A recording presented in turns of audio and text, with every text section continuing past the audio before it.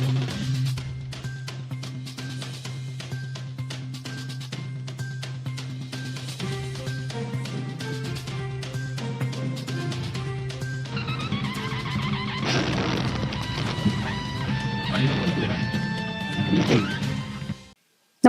आपण पाहता हिरकणी न्यूज.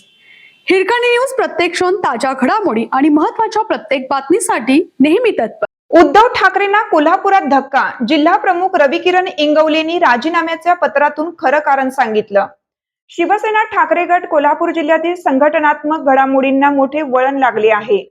जिल्हा प्रमुख रविकिरण इंगवले यांनी आपल्या पदाचा तडकाफडकी राजीनामा दिला. गेल्या 10 वर्षापासून पक्षात विविध पदांवर काम केलेल्या इंगवले यांनी पक्षप्रमुख उद्धव ठाकरे यांच्याकडे राजीनामा सादर केला आहे. त्यांच्या या निर्णयामुळे ठाकरे गटात खळबळ उडाली आहे.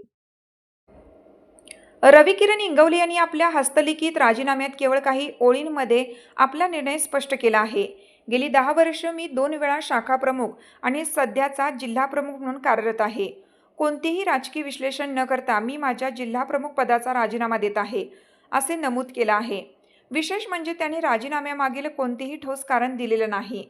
मात्र पक्षातील सूत्रांकडून मिळालेल्या माहितीनुसार गेल्या काही महिन्यांपासून जिल्हा संघटनेत अंतर्गत मतभेद वाढले होते. संघटनात्मक निर्णय, कार्यकर्त्यांशी समन्वय आणि स्थानिक पातळीवरील नेतृत्वाच्या भूमिकांवरून अनेकदा मतभेद उघडपणे समोर आले होते. इंगवले यांनीही निकटवर्तीयांशी बोलताना पक्षातील अनेक पदाधिकाऱ्यांचे अपेक्षित सहकार्य मिळत नसल्याची नाराजी व्यक्त केली होती. आपण एकट्याने किती दिवस पक्षाची पालखी सांभाळायची, असा सवाल त्यांनी उपस्थित केल्याचीही चर्चा राजकीय वर्तुळात आहे.